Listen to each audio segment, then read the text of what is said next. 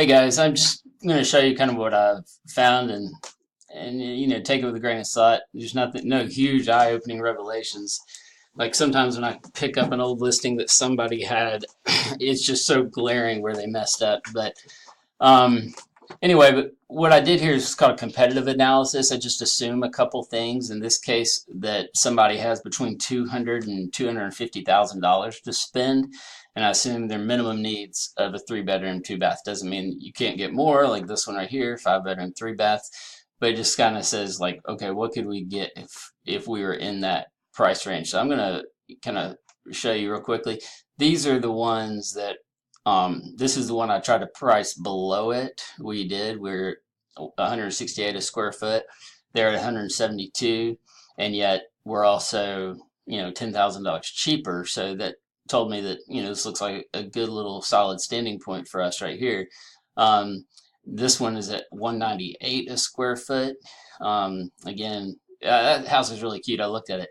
So then you got this one right here at 219 a square foot, but it's only 1,200 square feet. And I think this is one of the little skinny ones. Let me look at it. No, I'm sorry. That's the two-story. I mean, the one-story. So that's pretty desirable. If I were to go through all these, basically Steamboat, I can't say for 100% certain at that place in the neighborhood, but that's not going to be in a floodplain. This will be. I mean, it's just not a price thing at this point. I mean, I want to say it is. Because yeah, for sure we can overcome any objection with price. What I used to say was you could sell something next to a landfill tomorrow if the price was right.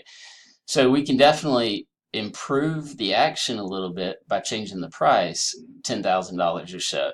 But it's not exactly what's killing us. We still represent a really good value.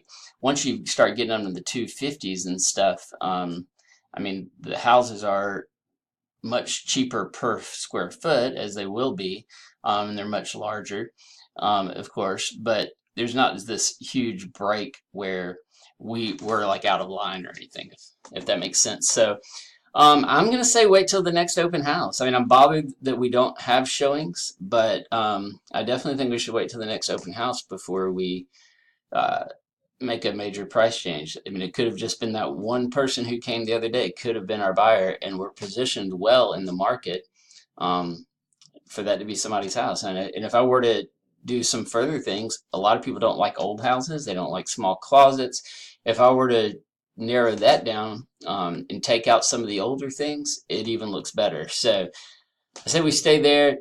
That being said, a $5,000 price drop wouldn't hurt, but I think we're kind of right on right now for the time being, if that's okay with you guys. And we can talk more about that when this other offer comes in. I mean, this counter offer comes into our offer, and we'll go from there. Sorry for the rambling.